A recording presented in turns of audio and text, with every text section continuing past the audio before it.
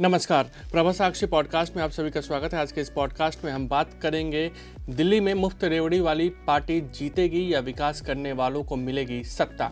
तो आइए सुनते हैं आज के इस पॉडकास्ट को। लेकिन उससे पहले अगर आपने हमारे चैनल को सब्सक्राइब नहीं किया है तो ज़रूर कर ले, ताकि हर रोज़ आप ऐसे इंटरेस्टिंग और जानकारीपूर्ण पॉडकास्ट सुन सके।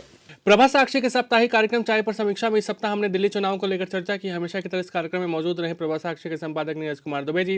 नीरज कुमार दुबे ने दिल्ली चुनाव को लेकर कहा कि यह चुनाव कहीं ना कहीं भाजपा, कांग्रेस और आम आदमी पार्टी के लिए बड़ी परीक्षा है। इसके साथ ही उन्होंने ये भी कहा है कि यह चुनाव इंडिया गठबंधन के लिए भी बड़ी परीक्षा है। नीरज दुबे ने कहा कि अरविंद केजरीवाल और आतिशी की अगर बात करें तो कहीं ना कहीं ये दोनों मुद्दे की बात करने की बजाय मुद्दे से ध्यान भटकाने की लगातार कोशिश कर रहे हैं। नीरज दुबे ने कहा कि अरविंद केजरीवाल और आतिशी को ये बताना चाहिए कि पिछले 5 सालों में उन्होंने दिल्ली के लिए क्या काम किया है। क्या मोहल्ला क्लिनिक सुदृढ़ हुआ है? क्या यमुना की सफाई हुई है? क्या प्रदूषण मुक्त दिल्ली बना है? क्या दिल्ली में स्थित कचरे के पहाड़ कम हुए हैं? क्या एमसीडी के आने के बाद गलियों की साफ सफाई बढ़ी है? ये तमाम ऐसे सवाल हैं जिसको सबसे पहले अरविंद केजरीवाल और आतिशी को जवाब देना चाहिए। नीरज दुबे ने कहा कि करप्शन और शराब मॉडल से ध्यान हटाने के लिए अरविंद केजरीवाल और आतिशी लगातार नए नए पैंतरेबाजी कर रही हैं।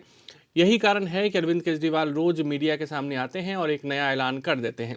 नीरज दुबे ने साफ तौर पे कहा कि केजरीवाल लोगों को लालच दे रहे हैं, लालच के बल पर वोट हासिल करने की कोशिश कर रहे हैं। चुनाव आने के साथ ही रेवड़ी बांटने की भी कोशिश की जा रही है। आप पिछले 10-11 सालों से दिल्ली में सत्ता में हैं, लेकिन आप ऐलान अब कर रहे हैं। आप यह नहीं बता पा रहे हैं कि आपने क्या काम किया है। आप अपना काम बताने की बजाय योजना लाने की बात कर रहे हैं। जो पार्टी करप्शन के खिलाफ लड़कर सामने आई थी, आज वह करप्शन के दलदल में फंस गई है। अपने जन लोकपाल की बात की थी, लेकिन उसे पर कोई कामकाज अब तक नहीं हुआ है। आप उस तरफ आगे भी नहीं बढ़े। आम आदमी पार्टी अपने उद्देश्य से नहीं भटकी, बल्कि झूठ की बुनियाद पर ही राजनीति में आई है।